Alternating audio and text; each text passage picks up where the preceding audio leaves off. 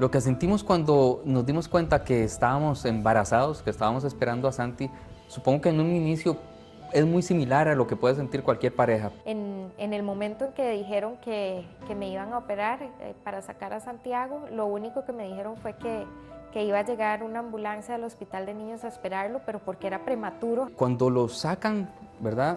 Todos los médicos se enfocan en él para resucitarlo. Santiago no lloró, no respiraba y había que hacerle resucitación.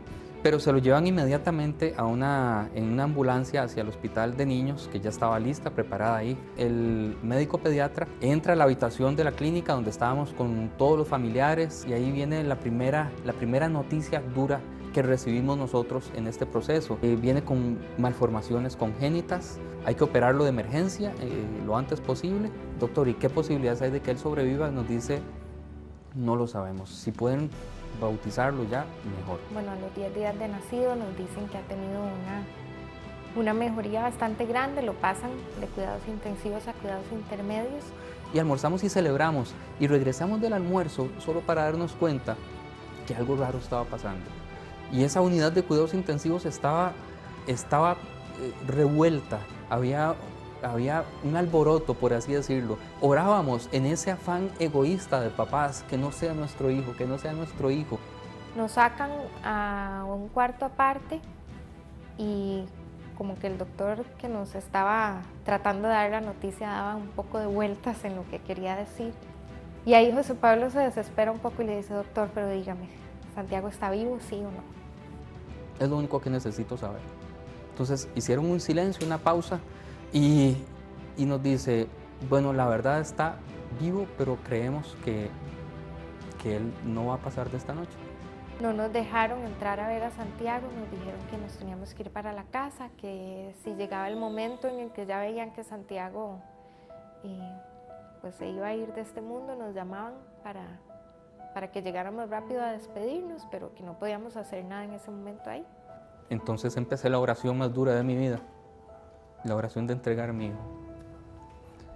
Empecé y después de la segunda frase, escuché un grito de Laura que salía como desde el estómago, como desde su interior, ¿verdad? Yo me volví, yo le dije, no, yo no voy a orar así.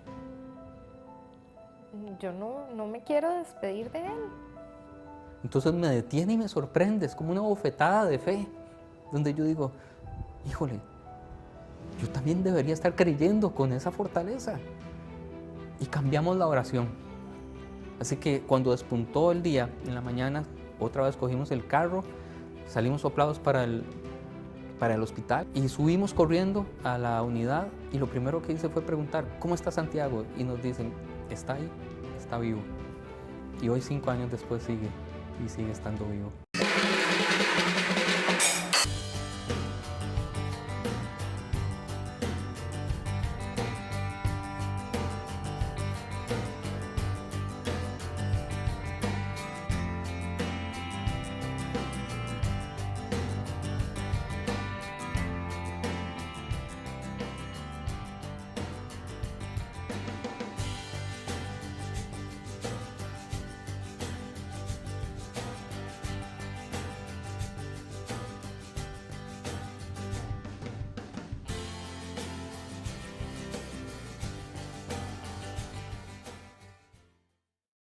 Bueno, bienvenidos y bienvenidas a Interludio.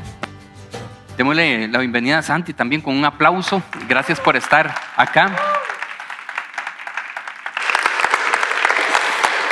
Y yo creo que Santi no necesita una larga presentación, de hecho él lo va a hacer por sí mismo, así que le dejo el tiempo directamente a él para que comparta con ustedes. Adelante, Santi. Gracias.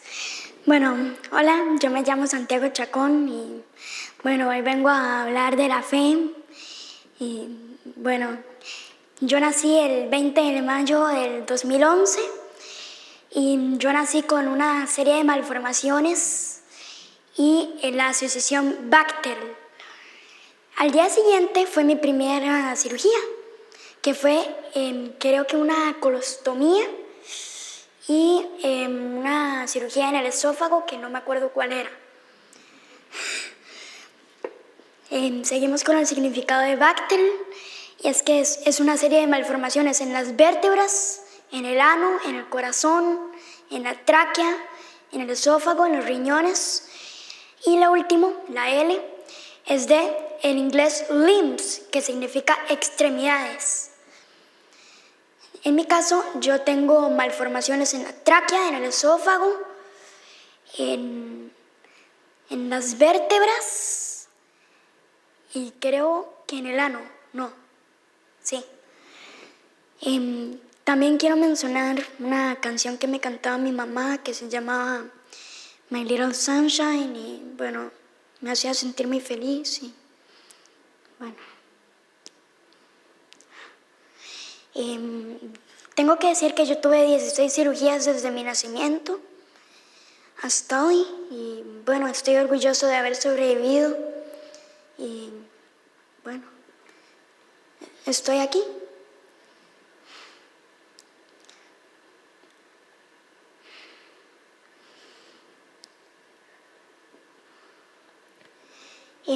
Las cosas que sufrí más, eso es lo que sigue. Y bueno, una de esas cosas fue que hace unos 3 años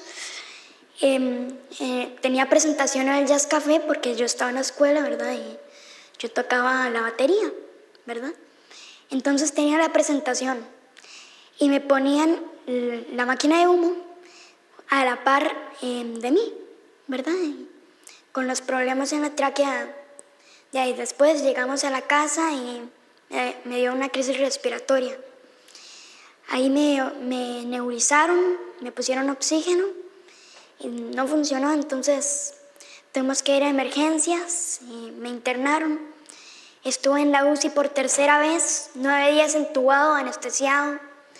Era frío, no dejaban entrar a mis papás y no me gustó para nada. Bueno, también quiero mencionar que Pau, mi hermana, estuvo rondando de casa en casa con mis abuelos, con mis tíos y bueno, muy valiente de su parte. Me gusta mucho y bueno, que la amo mucho. Me gustó salir afuera, ¿verdad? Me ¿Afuera del mucho. hospital? ¿En qué parte? Sí, en un patiecillo que estaba a la par de, creo que infectología. Sí. En la comida, porque dejaban entrar comida del Subway, entonces... Bueno, ahí tenemos que decir que tuvimos que sacar un permiso papel especialísimo porque no comía nada del hospital. Entonces metíamos sándwiches de Subway camuflados de contrabando y así sí comía. Híjole, ¿qué pasó? Ok, ¿qué más, Santi? Bueno, que siempre nos tomábamos fotos y eso me gustaba mucho. Cuando yo tenía ansiedad, ¿verdad? Por ejemplo, en la noche, que no me gustaba para nada, pero siempre tenía ansiedad, poníamos radio y siempre nos calmábamos, ¿verdad? Y traíamos libros, nosotros nos lo leíamos y disfrutábamos. Yo sabía, con la fe, que Dios me iba a sacar, que me iba a ayudar, que iba a salir de ahí gracias a Él, ¿verdad? Y bueno, siempre confié en que lo iba a hacer. En los momentos más difíciles, Él me ayuda. Tenemos algunas preguntas, gracias Santi, démosle un gran aplauso por esta primera parte. Y tenemos varias preguntas que nos llegaron por WhatsApp y vamos a hablar de ellas. La primera pregunta dice, ¿cómo haces para tener una actitud positiva ante el dolor? Esa es la primera. ¿Cómo haces para tener una actitud positiva ante el dolor? Incluso pensando que en el futuro ese dolor podría crecer. Bueno, yo lo que intento es coger los malos momentos o el dolor para convertirlo en algo positivo.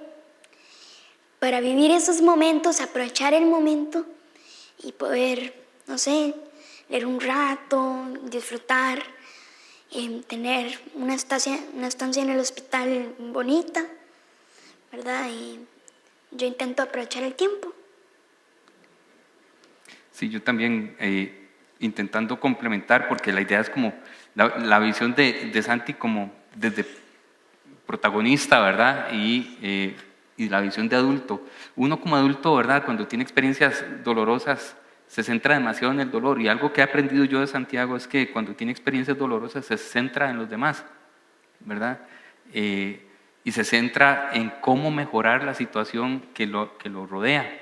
Es increíble, digamos, su actitud con las enfermeras o los enfermeros, etcétera, siempre intentando, ¿verdad?, hacer el ambiente en el que está algo positivo, y yo creo que lo ha logrado, porque al mismo tiempo yo, que soy bien pendejo para estar en el hospital, tanto yo, si me tocara a mí, como acompañarlo en las noches, más de una vez yo llamé a Lau en las noches y le decía a Lau, necesito que cambiemos, no puedo más, porque me da pánico. Pero él más bien es el que nos da ánimo. Ok, segunda pregunta, ¿cómo mantener la fe en Dios cuando Dios se siente lejano? Bueno, aquí lo que intento es no perder la fe, es intentar confiar lo más posible en Él, que no se siente tan lejano, ¿verdad? Entonces, que yo pueda decir, Él está conmigo, Él me va a proteger. Un ejemplo sería cuando Moisés llevó a sus hombres de Israel a viajar hasta el Sinaí, ¿verdad? Ellos no confiaban, ellos creían que se iban a agotar las provisiones, que no se iba a lograr, que no, que esto, que nos vamos a morir. Y en los momentos más difíciles Él los ayudó. Él les dio la comida, Él les dio el agua, Él les dio todo.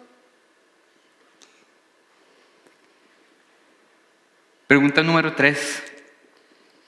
¿Qué mensaje le darías a los niños que tienen algunas malformaciones o algunas dificultades? Bueno, lo primero sería no rendirse, no dejar que eso los afecte, mantenerse vivos al rechazo, ¿verdad? Que no pase nada de depresión, ¿verdad? E intentar salir adelante como se pueda. ¿Qué mensaje le darías a los papás? A los papás también, que no se rindan, que se va a lograr, ¿verdad? Y que luchen por salir adelante, ¿verdad? Y bueno, lo mismo con la depresión, que no se dejen llevar, que todo va a salir bien, que tengan fe, que bueno, que se sientan bien con ellos, que aprovechen los momentos y bueno, que se sientan bien. ¿Cómo hace un chico de tan corta edad para enfrentar ser diferente y el día a día con su condición? En la escuela, en todo, ¿verdad?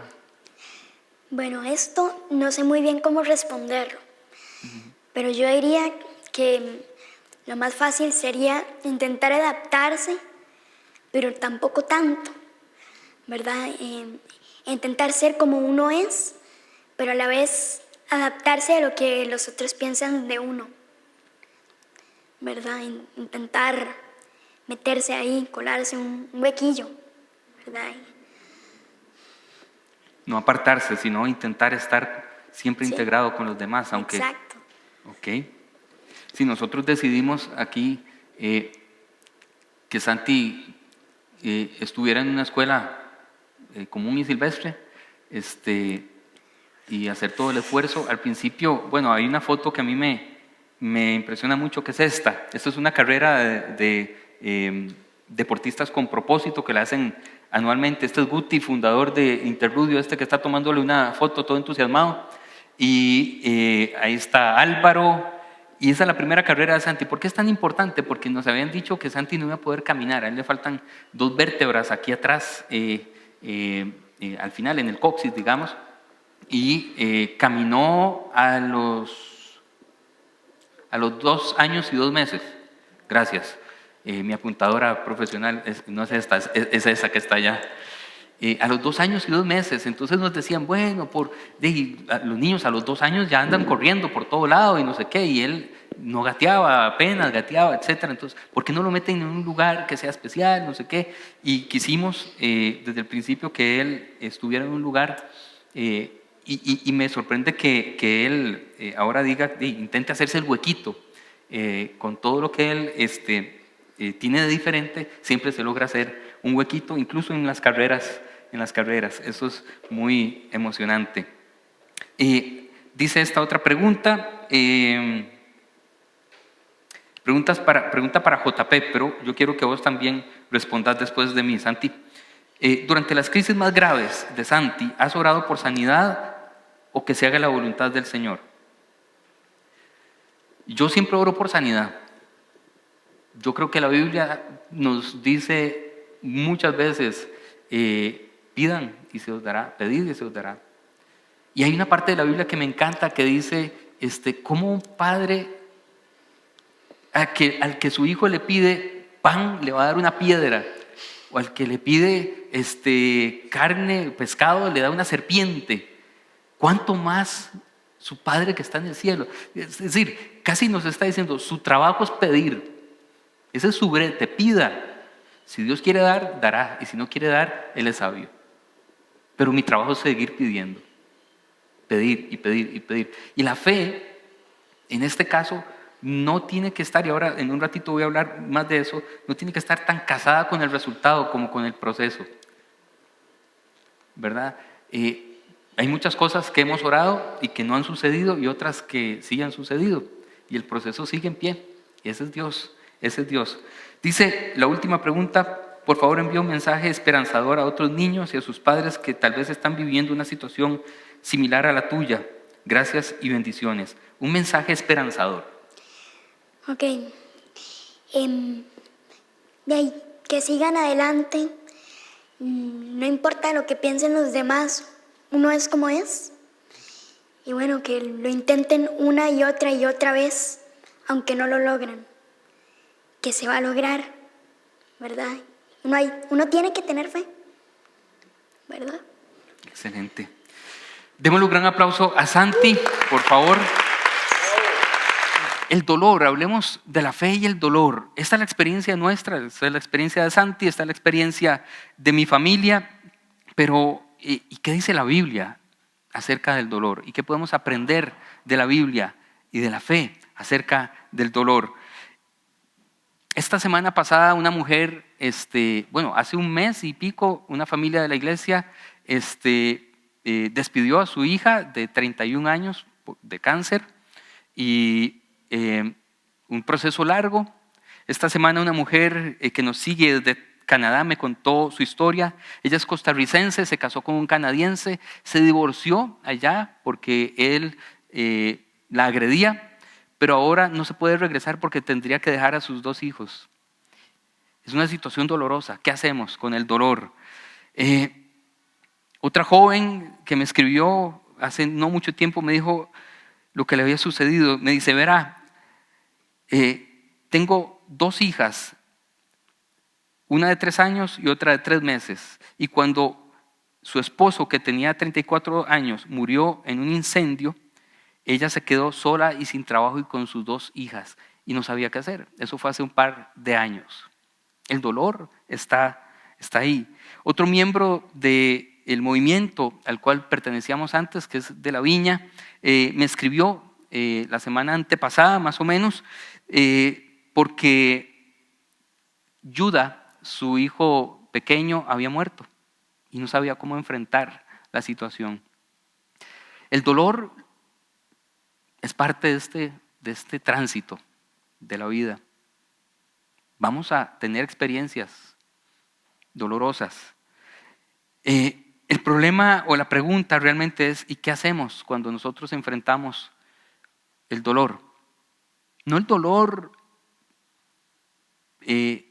cotidiano, que lo hay también, sino el dolor profundo, el dolor de cosas irreparables o el dolor de las cosas que no podemos cambiar ni con la plata ni con el esfuerzo, ni con la ayuda de otras personas con plata. Porque muchas veces muchos problemas se pueden solucionar con plata, pero si no tenemos plata, si tenemos amigos con plata también se pueden solucionar. Pero hay cosas que ni así. Y ahí hay dolor, ahí hay dolor. Así que yo quiero hablar de 4 estacas que tenemos que poner de fe.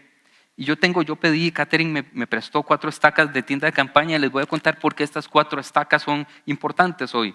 Hace muchos años que yo iba a la playa en tienda de campaña, estoy hablando de cuando era soltero y mucho más, es decir, muy joven, yo iba mucho a la playa con amigos y en tienda de campaña, pero estaba más acostumbrado a ir a acampar en montaña. Y la primera vez que puse una tienda de campaña en la arena, lo usé con estas estacas. ¿Alguien ha acampado en la arena de la playa? El viento se la llevaba. Esto no servía para nada. Y yo vi una pareja que estaba unos metros más allá y su tienda de campaña muy bien puesta. Y yo me atreví a ir a preguntar, ¿cómo hacen para que funcionen las estacas? Entonces me dicen, no, las estacas que se usan son de 1,5 metros. Esas son las que sirven para la arena. Esas que usted tiene no sirven para la arena. Por más que yo le clavaba así, le ponía piedras, le hacía 3 vueltas, lo que sea, no servían. Entonces, ¿cuáles son las estacas necesarias para que usted y yo, en medio de un ventolero terrible, nosotros podamos sobrevivir con fe? Entonces vamos a ir hablando de 4 estacas. Voy a tener esta acá. La primera estaca. Primero vamos a ver esas 4 estacas en la vida de un personaje, de una persona que conocemos de la Biblia y de hecho que hemos estudiado a lo largo de incluso la serie pasada, que es José mi tocayo, el de la Biblia. ¿Cómo hizo él? ¿Y qué le pasó a él? ¿Verdad? Vamos a ver esto. Este es un libro de un teólogo, Miroslav Volf, que admiro mucho, porque antes de que empiece a hablar de las 4 estacas, yo quiero hacer una salvedad. Cuando nosotros empezamos en un proceso de sufrimiento, nosotros rezongamos o no rezongamos con Dios, ¿sí o no? Yo me le quejo a Dios muchas veces. Es más, voy a decir, yo llamo muchas veces a esa cosa que se llama la Contraloría de Servicios, no del cielo, esa no hay, pero de las instituciones. ¿La conocen, la Contraloría de Servicios? Yo llamo a esas, tienen que servir para algo. Y me quejo. ¿Sí? Y funciona muchas veces. Con Dios yo me quejo también. Y este teólogo dice esto: yo protesto y por lo tanto creo. Si usted se le está quejando a Dios es porque usted tiene fe en Dios, si no, no se quejaría a Dios. ¿Sí o no? O sea, llorarle a Dios y enojarse con Dios y patalearle a Dios y pegarle una palmada en la mesa a Dios y decirle, mae, no entiendo. Eso es también un acto de fe. Porque estamos hablándole a algo concreto que está en nuestro corazón y en nuestra mente. Estamos creyendo en eso que nos está escuchando y nos le estamos quejando a eso que le estamos hablando. Y eso es fe. Entonces, no tenga miedo de enojarse, no tenga miedo de abrir su corazón y de derramar su amargura y su dolor delante de Dios. Y yo siempre he dicho que muchas veces yo me le he portado a Dios muy, muy malcriado. Y nunca he recibido de Dios una respuesta como decir, cállese, malcriado, ahora le va a ir peor. Dios escucha y escucha y escucha y escucha y escucha y escucha. Y cuando yo ya terminé de sacar todo lo que tenía en mi corazón, toda la amargura y todas las palabrotas y todo, entonces Dios dice, ok, mae, yo voy a actuar porque te amo. Pero sabe escuchar, todas las quejas son fe. Si usted no sabe qué orar cuando está sufriendo, quéjese ante Dios. Eso es una oración. Yo tengo 2 oraciones muy buenas: la queja y la auxilio. Esas 2. Y funcionan también. Funcionan. Entonces, no tenga miedo. No le crea a los mensajes que le dice que usted tiene que tener una super fe. Nosotros no adoramos la fe, adoramos a Dios. La fe no puede ser el objeto de nuestra adoración. Nosotros tenemos fe, la fe es solo el vehículo para poder conversar con Él, creer en Él y recibir la gracia de Él. Bien, cuando José llegó a donde estaban sus hermanos, le arrancaron su túnica, o la túnica muy elegante, lo agarraron y lo echaron en una cisterna que estaba vacía y seca. A mí me gusta que la túnica de José haya sido de colores. Yo les contaba hace unas semanas que los tintes de tela o de hilo eran carísimos. Era millonario, por eso siempre se usaba del mismo color. Y cuando los hermanos de José vieron que a José le dieron una túnica millonaria, era como si le hubieran dado un carro. Es verdad, es que uno no dimensiona por qué los hermanos se pusieron tan celosos, porque le dieron una chema a ese mae. Una chema de colores. De ahí. No, es que le dieron un carro. Antes de tiempo, lo heredaron antes de tiempo. Lo chiñaron demasiado. Pero a José los hermanos entonces lo metieron en una cisterna, en un pozo seco de agua. Y esa es la primera cosa que quiero que entendamos de la vida de José y de lo que nos va a enseñar. Él estaba en un pozo profundo. Él estaba en un pozo profundo. ¿Cuántos de ustedes han estado en un pozo profundo? Donde parece que no hay salida. Muchas veces. Y quiero que nos ubiquemos en eso. Hemos estado en donde José también estuvo, en un pozo profundo, pegando gritos para que alguien llegue a salvarnos, a sacarnos de allí. Así que quiero hablar de esos momentos en la vida de cuando estamos metidos en un pozo. ¿Y qué hacemos? José fue arrojado y suplicaba a sus hermanos que lo salvaran. ¿Y por qué sabemos que José suplicaba a sus hermanos? Vean lo que dice el texto. Dice, sin duda estamos sufriendo las consecuencias de lo que hicimos con nuestro hermano, aunque vimos su angustia cuando nos suplicaba. Cuando nos suplicaba que le tuviéramos compasión y no le hicimos caso. Por eso ahora nos vemos en aprietos. A José lo metieron en el pozo y no se quedó callado. Él empezó a gritar. Y sus hermanos lo escucharon. Y esto es muy importante. Cuando estamos en el pozo hay que gritar. Hay que clamar. Hay que clamar.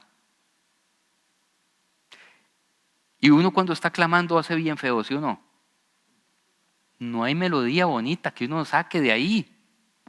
No es una voz amigable. La voz de alguien que está en aprietos y desesperado es una voz horripilante. No les importe cómo suena a usted cuando está en el pozo.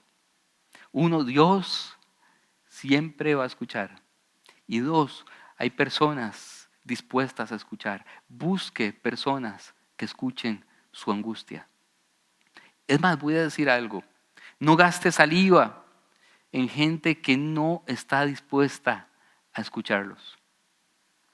Usted sabe que hay gente especialista en terminar de matar lo poquito que quede vivo de la fe en uno.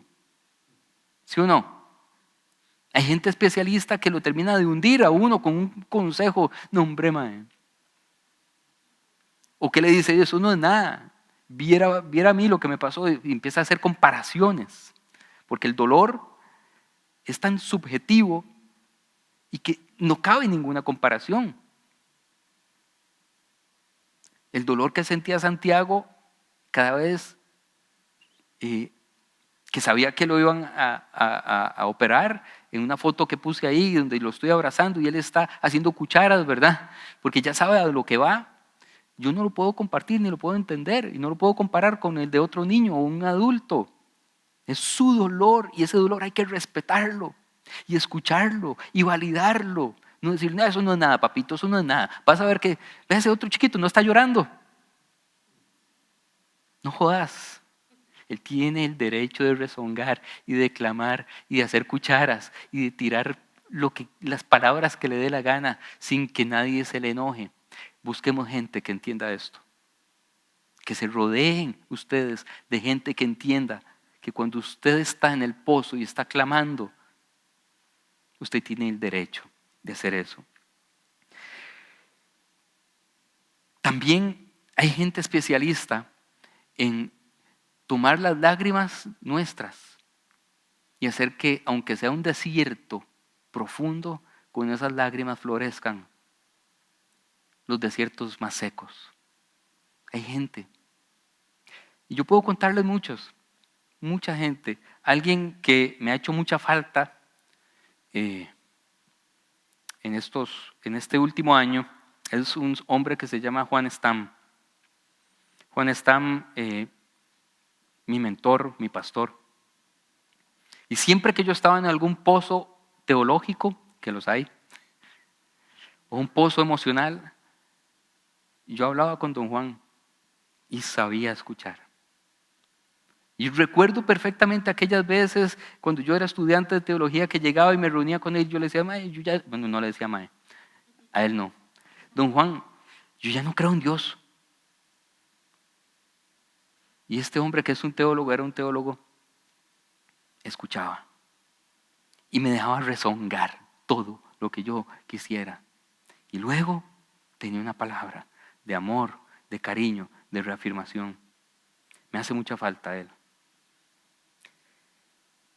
Busquen ese tipo de personas que tome sus lágrimas y con ellas haga algo maravilloso, que las valide. Dice la Biblia que Dios toma todas nuestras lágrimas en sus manos y las guarda como perlas. Lo dice un salmo. Dios toma todas nuestras lágrimas y las colecciona, porque con ellas hace algo maravilloso. Otra persona que, aparte de gente de mi familia, obviamente, que he ido descubriendo poco a poco, es alguien al que de repente me sorprende muchísimo. Y él se llama Ronald Sasso. Ronald Sasso, que era el presidente de la Universidad Veritas, donde nos reuníamos antes, se ha convertido en mi consejero. Y aunque él discrepa al 99% de mi teología, al 99%, porque no puedo decir el 100% porque sería, yo no sé, o sea, me guardo un 1%. Pero siempre sabe escuchar y apoyar. Siempre. Busquemos ese tipo de gente. Entre ustedes hay mucha gente a la cual yo me le acerco para hablar y abrir mi corazón. Mi esposa, Habib, muchos de ustedes. Johnny, que está por allá. Pero yo ya no gasto saliva en gente que yo sé que va a agarrar mis lágrimas y lo que va a hacer es desperdigarlas por allá al modo de chisme. Ahí está el pastor Noé. Esa es la fe de ese mae. Está teniendo broncas. Se deprimió el pastor. ¿Cómo un pastor va a estar deprimido? Pues sí, viera qué frecuente que es estar en el pozo. Estar en el pozo. Y sentir que no hay nadie que quiera escuchar esos gritos. Cuando José llegó a donde estaban sus hermanos, le arrancaron la túnica muy elegante, lo agarraron y lo echaron en una cisterna que estaba vacía y seca. Eso está en Génesis 37, 23 y 24 en la Nueva Versión Internacional. ¿Y qué quiero decir entonces con pozo? A esa cisterna. Me refiero a esa familia que hace 2 meses, 1 mes y medio, perdió a su hija de 31 años después de una lucha con el cáncer, que son miembros de esta iglesia. Me refiero a la mujer de Canadá que ahora no sabe si regresarse a Costa Rica y perder a sus hijos o quedarse allá sufriendo. Eso es estar en el pozo. Un divorcio, una despedida, una separación, la pérdida del trabajo, perder la casa, una enfermedad. Me refiero al pozo que usted ha vivido y que probablemente algunos de ustedes estén viviendo. Hay tantas historias que yo puedo contarles de gente que me cuenta sus pozos. Gente que descubre a su esposo o esposa siéndole infiel, ahí hay un pozo profundo de dolor que cuesta mucho sanar. Mucho sanar. ¿Y qué hacemos? ¿Qué hacemos? La primera estaca que quiero que clavemos en nuestra tierra, aunque sea una tierra, una arena muy floja, la primera estaca es esta: Dios es bueno, sea cual sea el resultado. Usted agarra esa estaca y la pone ahí, y cuando sienta que se le mueve el mundo, usted se agarra a esa estaca. Dios sigue siendo bueno, ¿o no? Dios sigue siendo bueno. Esa es mi primera estaca de mi tienda. No importa la situación. Estábamos en el hospital, Santiago está entubado, Santiago nos dicen que no saben qué va a pasar, lo intentan extubar. ¿Dónde está? Por ahí, no sé si está Rocha. A Rocha yo a las madrugadas, Rocha es doctor, es médico, y sí, por allá está. Y cada vez que Santi está en el hospital, yo lo jodo mucho a él. Y le tomo fotos a todas las máquinas que tiene Santiago alrededor y se las mando para que me las interprete, porque no, de repente uno dice, no, los médicos no me están diciendo toda la verdad. Los del hospital, porque él... ¿Cuál es la primera estaca? Dios es bueno. Dios es bueno, sea cual sea el resultado. Yo recuerdo esa última vez que Santi estaba en la UCI y lo intentaron extubar. Extubar es quitarle el respirador artificial ese, y no pudieron. Y lo que me decían a mí es que cada intento reduce un 30%, estoy batiendo ahora los números, pero un 30 a un 35% las posibilidades de que salga. 2 intentos fallidos de extubarse reduce mucho las posibilidades de que salga adelante. Y ya llevábamos una. Dios sigue siendo bueno. ¿O no sigue siendo bueno? Si yo no tengo esa estaca bien firme allí, me empiezo a tambalear.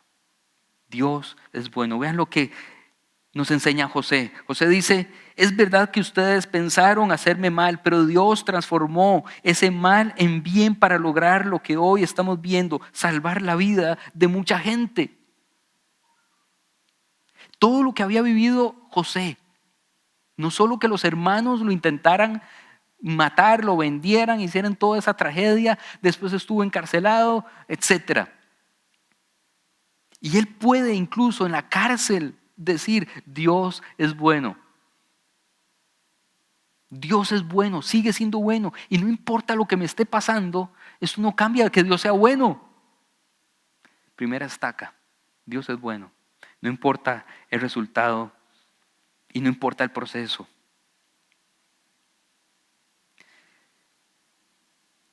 Cuando quiero saber cómo es Dios, siempre busco a Dios en el rostro de Jesucristo. Veo su bondad hacia las personas, veo lo que Él habla, cómo trata a las personas, cómo se desenvuelve con la gente. Y vuelvo a recordar, Dios sigue siendo bueno. Envió a su Hijo, que es bueno y sigue siendo bueno. Lo veo a Jesús de pie junto a la tumba de Lázaro llorando. Jesús llorando por su amigo, porque Dios es bueno. Y aunque lloró, el resultado fue bueno, ¿o no? Resucitó a su amigo. Dios sigue siendo bueno.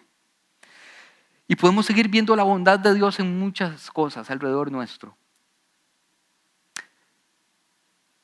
Siempre remitiéndonos a la historia de Santi, cuando estábamos allí, le llevábamos, ya cuando había salido de la UCI, estaba en otro lugar y estaba recuperándose, él es flaco, pero estaba en los huesos, porque yo no sabía eso. Cada día en la UCI baja un montón.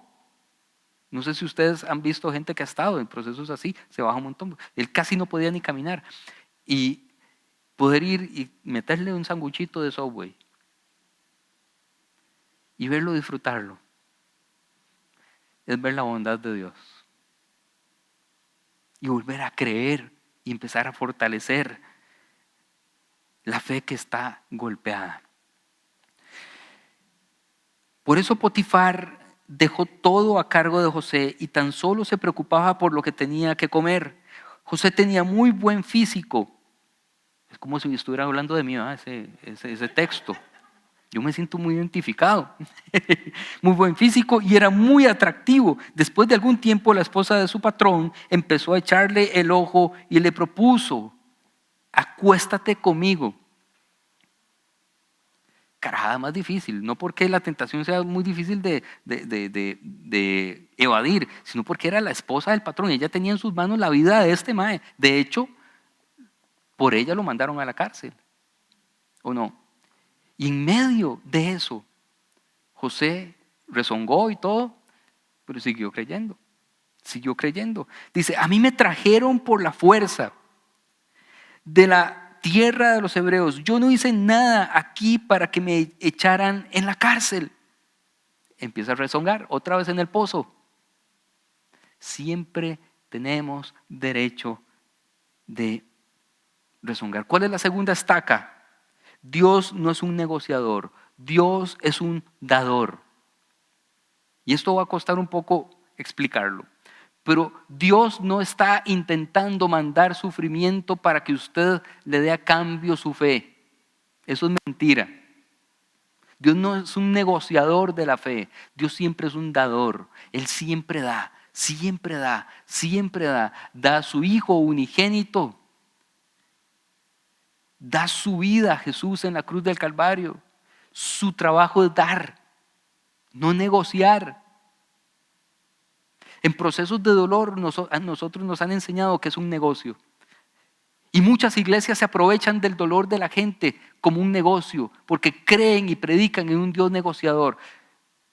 De su casa, ofrende ahora y va a haber el milagro. Yo no dudo que Dios prospere a la gente que es generosa.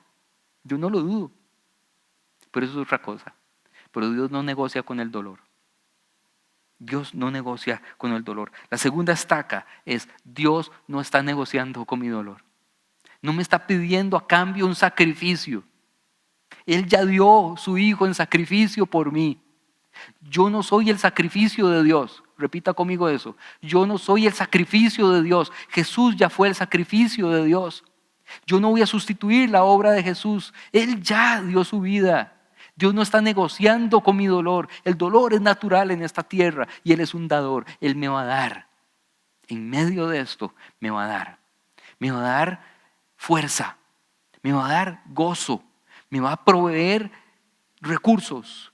Me va a dar estabilidad. Él da futuro. Él da esperanza. Él da salud. Él es un dador. Y no pide nada a cambio, más que usted tenga la estaca puesta de creer que Él y su gracia son para usted. Son para usted. Este es otra vez el teólogo Miroslav Volf, a quien cité hace un rato, y él dijo esto: si Dios fuera básicamente un negociador, los seres humanos siempre terminarían con un trato injusto. Dios no necesita nada que podamos ofrecerle.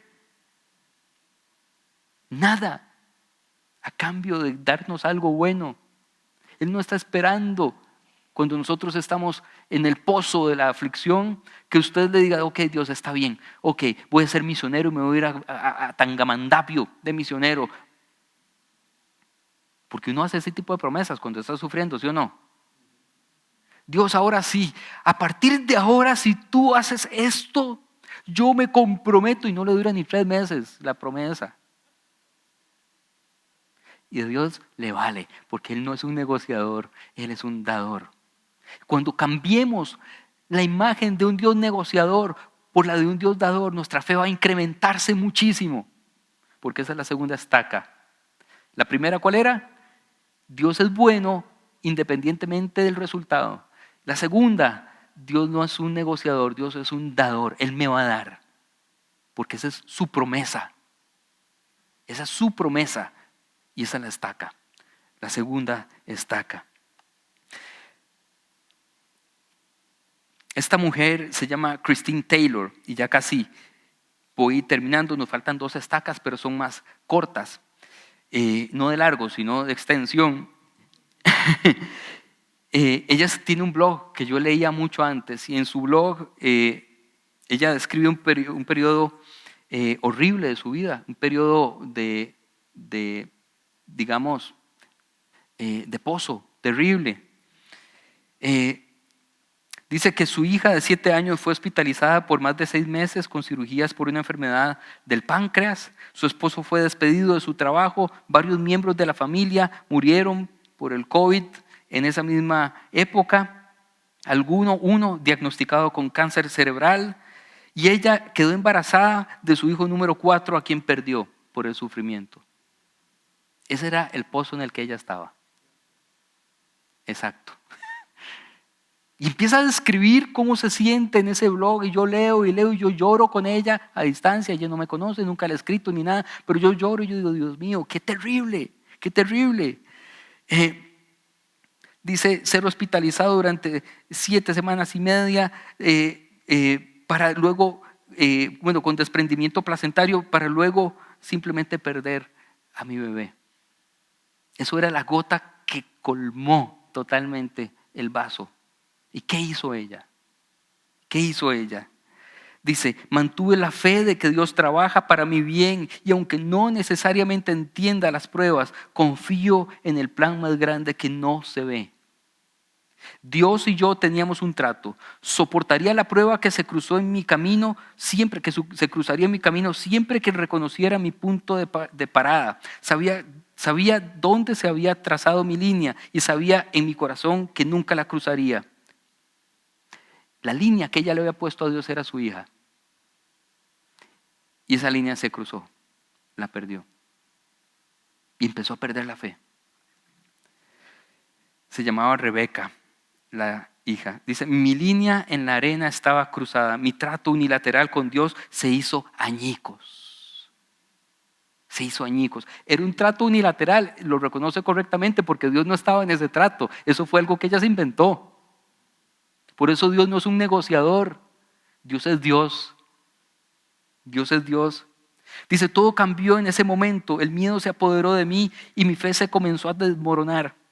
Mi zona de seguridad con Dios ya no era segura. Si esto podía suceder en medio de nuestras mayores luchas, entonces cualquier cosa sería un juego limpio para Dios. Dios podría hacer cualquier cosa conmigo.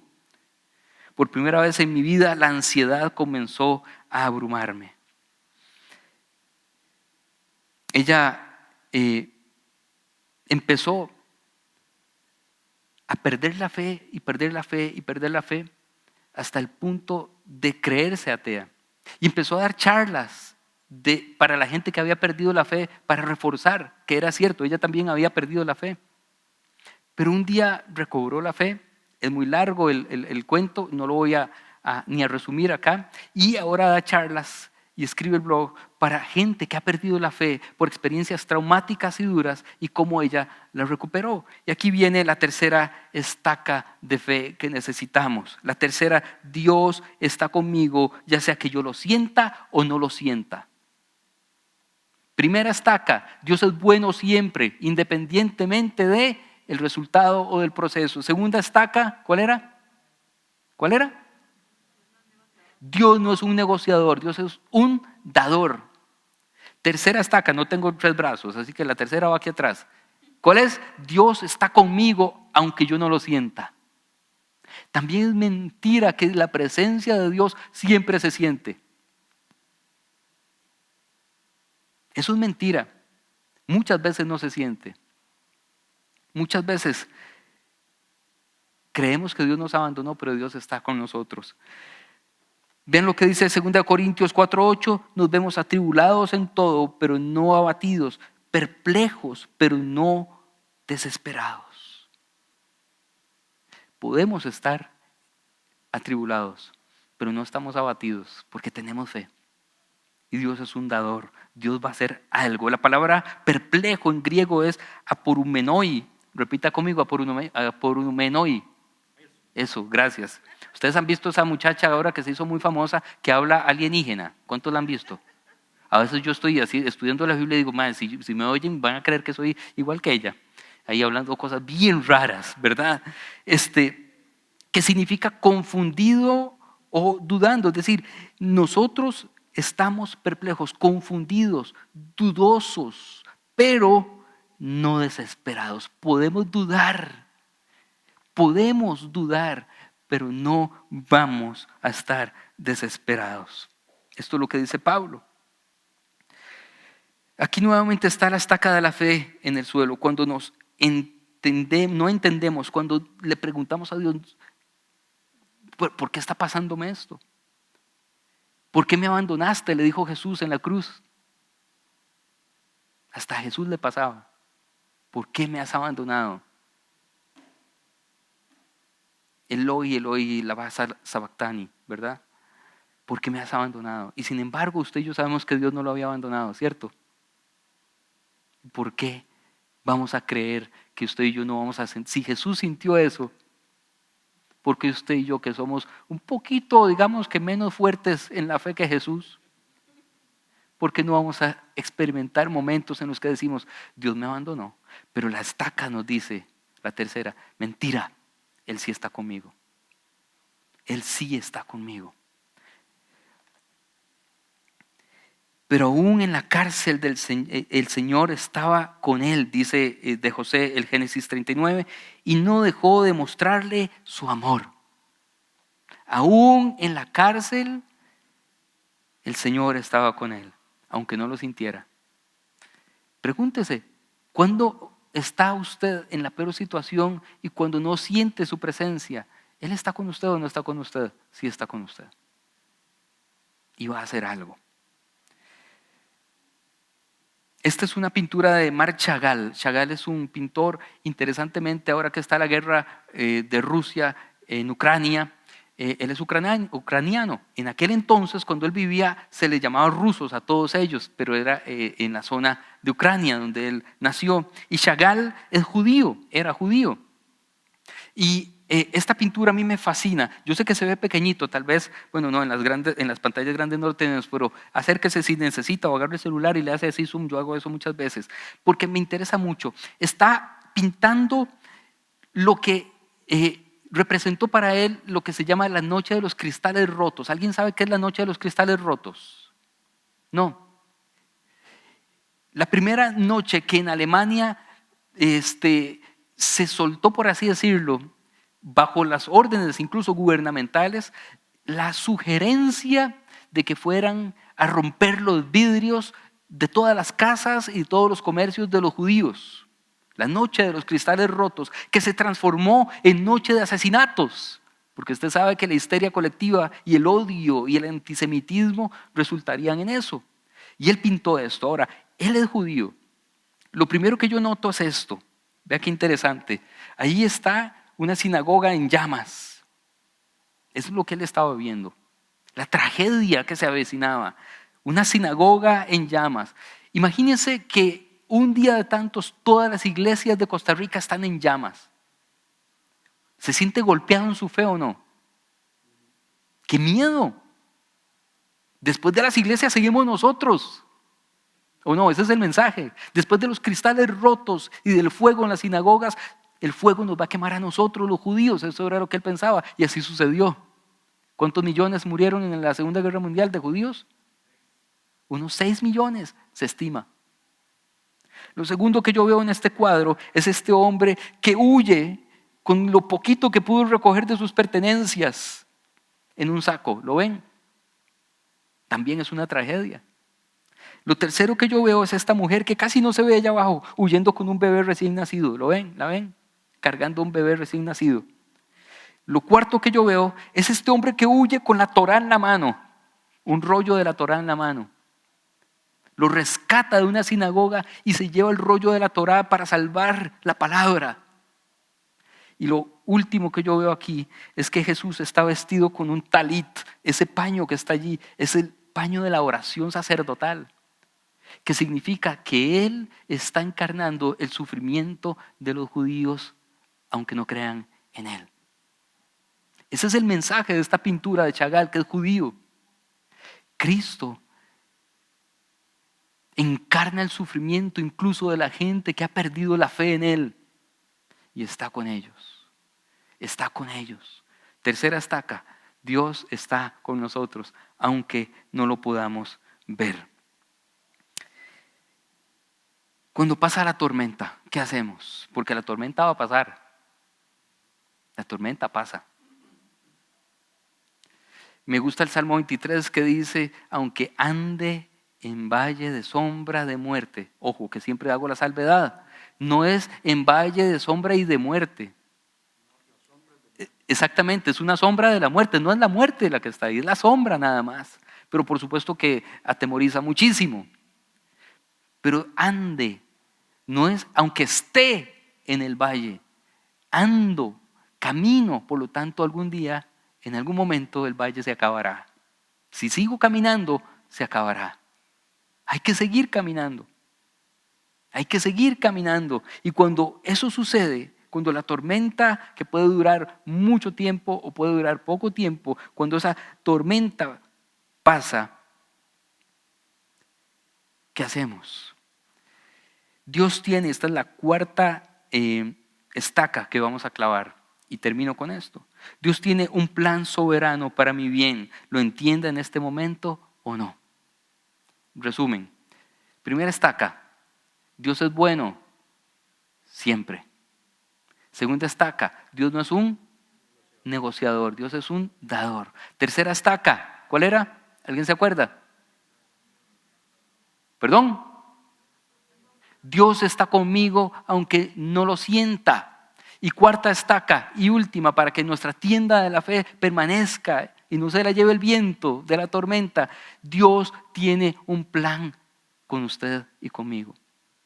Cuando yo veo en retrospectiva lo que ha pasado con mi familia, con Laura, conmigo, con Santiago, con Paula, y yo no pienso en esta estaca, me voy a desesperar. ¿Hay un plan de Dios o no? ¿Hay un propósito de Dios? ¿A un precio alto? Sí. Sí, pero Él pagó un precio más alto. Exactamente.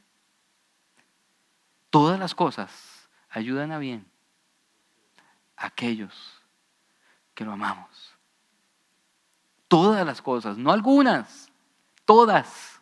Y vean que de verdad yo puedo decirlo en carne propia, he perdido muchas veces la fe. La primera vez que perdí la fe, y remitiéndome únicamente, y me levanto porque ya estoy terminando, a la experiencia con Santi, fue cuando nos dijeron, vayan y despídanse de él. Él estaba recién nacido, tenía 3 semanas de nacido. 10 días de nacido, que fueron como 3 semanas. Más que no pierde. Igual para Dios un día son como 1000 años y 1000 años son como hay que sacar un versículo a todo.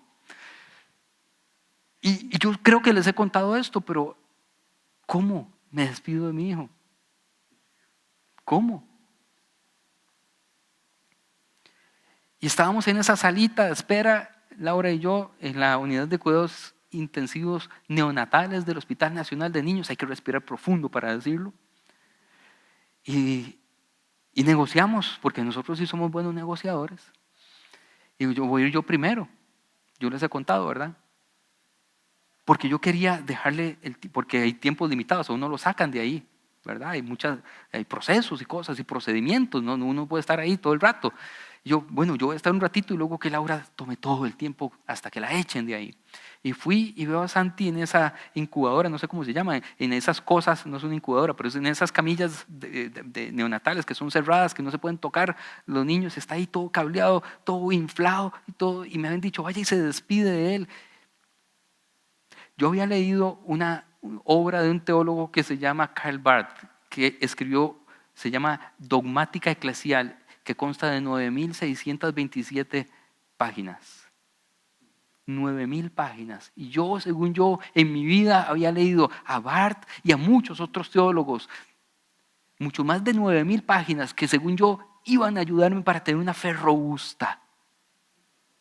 Y llego yo a ver a mi hijo, ¿y qué hago yo con las 9.000 páginas de ese carajo? Con toda la teología, con el griego, con el hebreo, con la exégesis, con la hermenéutica, con todo lo que uno podría rajar como teólogo, y viendo a mi hijo. Yo no le voy a decir a Dios, Dios, es que hermenéuticamente esto es incomprensible. Dios, es que en griego la palabra que aparece no vale de nada. No vale de nada. Lo único que sirve, es más, no vale de nada tampoco llegarle a Dios diciéndole, es que Dios, yo siempre te he servido. Porque Dios no es un negociador. No es lo que yo he hecho lo que va a valer, es lo que pasa en ese instante mismo, ahí, en ese momento instantáneo, ese segundo específico. Tampoco me vale decirles que soy pastor evangélico.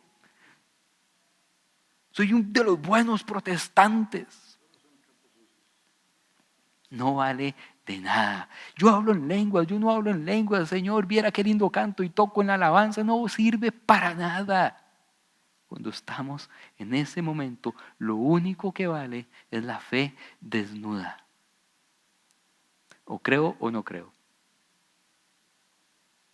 No es si soy evangélico o católico, es fe. No es si soy carismático o soy bautista, es fe. Se reduce a lo más básico, a lo más sencillo. ¿Creo o no creo? Y entonces oré allí. Y luego entró Laura. Ella pudo haber dicho lo mismo. Y hasta muchas, el currículum de ella mucho más lleno y más maravilloso que el mío.